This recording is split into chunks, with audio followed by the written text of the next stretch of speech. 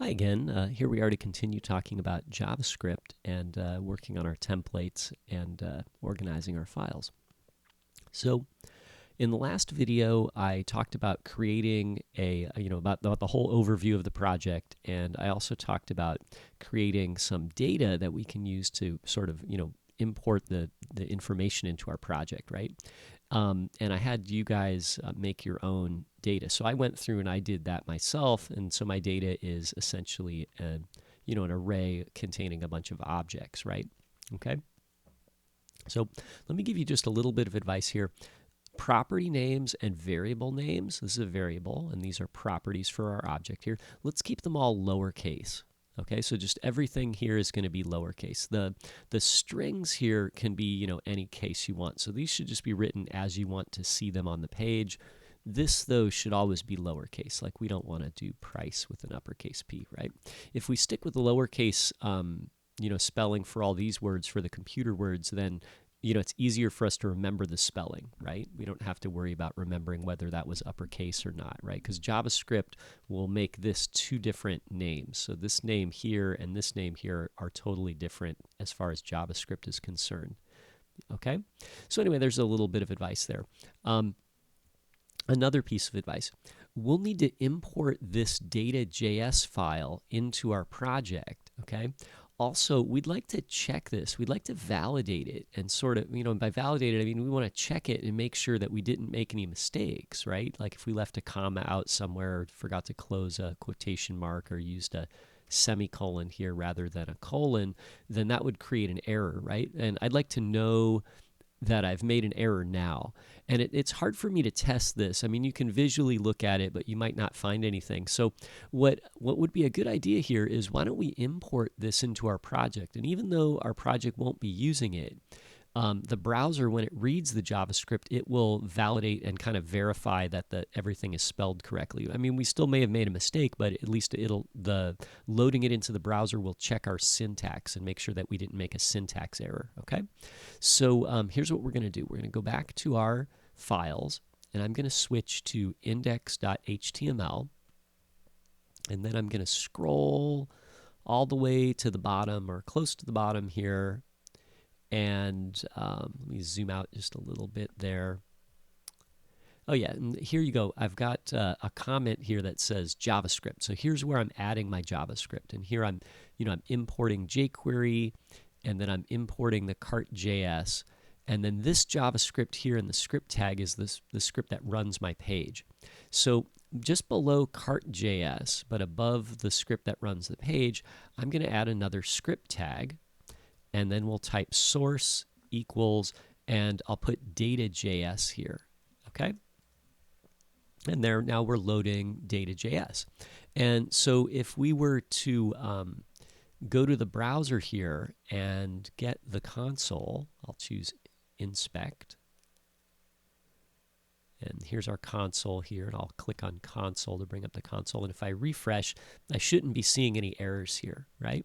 If I made a mistake in my data file and I, like let's say I left a comma out here, like I'll delete the comma on the end of this line and I'll save it. And now when I refresh it, you can see it says uncaught syntax error, unexpected identifier. And then it tells me over on this side, it says data.js : 12, and the 12 is the line number. So after the colon is the line number. So it says data.js has a problem on line 12. Okay, sometimes the line numbers aren't exactly right, but usually they're pretty good. So let's start there. So I'll go in here, I'll find line 12.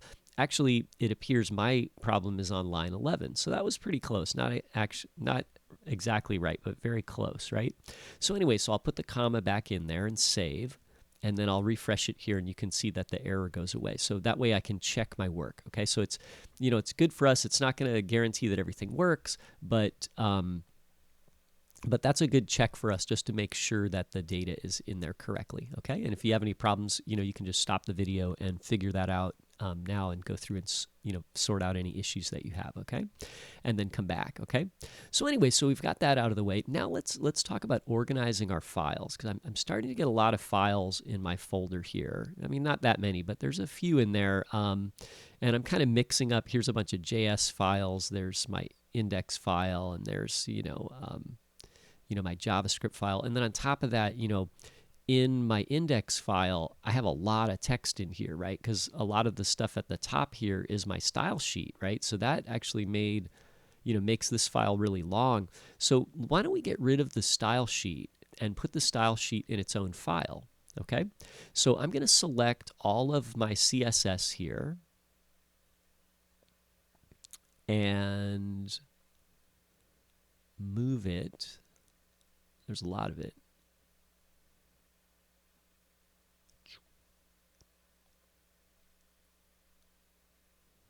Wow, there's a lot here, right? Oh, there we go, right? So I'm going to get all this here, 170 something lines, right? I'll cut Command X. So this is where my styles were. I'll make a new file, save it into my folder here, call it style. How about styles.css?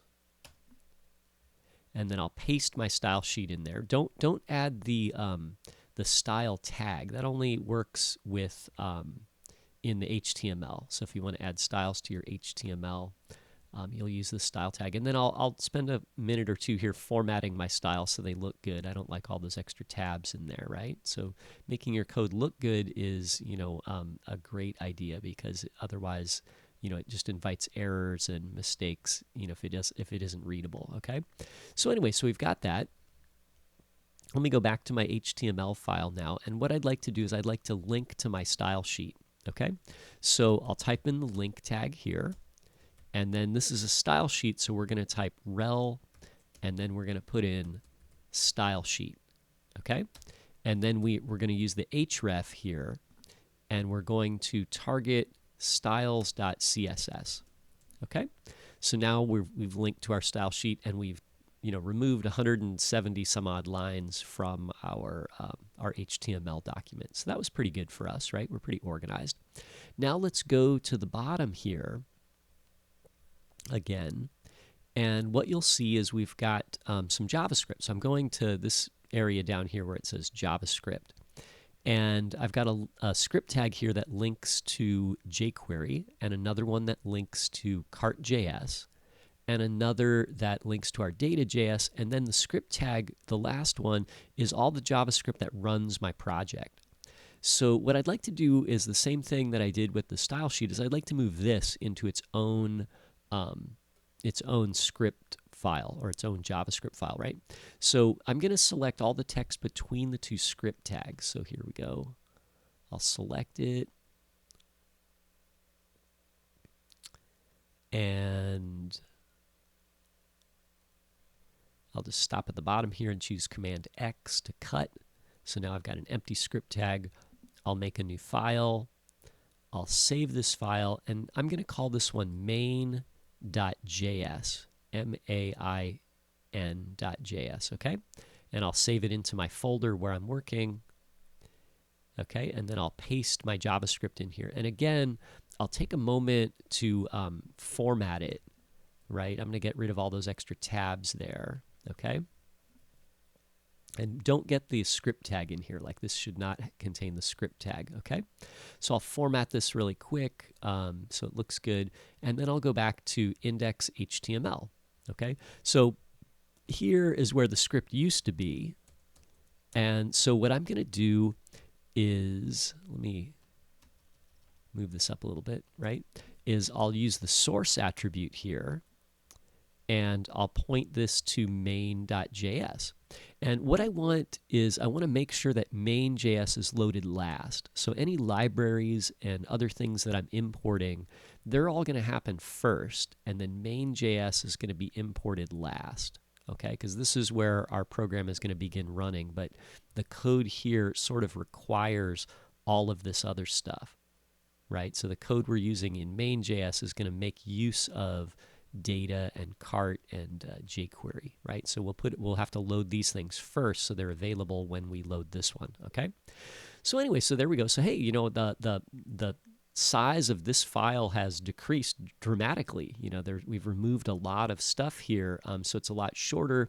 It'll be easier to navigate the HTML file, and then when you want to go to the code that you want, instead of digging around in this file to find it, we can just switch to the style sheet, style CSS to edit the styles, and we can switch to main.js to edit our JavaScript, okay? So anyway, so that should get you started there. And then in the next video, we'll start moving into templates, and we'll talk about creating templates, okay? And then that will also further reduce the amount of code that we have in our HTML file here, right, to make it a lot easier for us to work with, okay? So anyway, thanks for watching, and I hope that that is useful for you.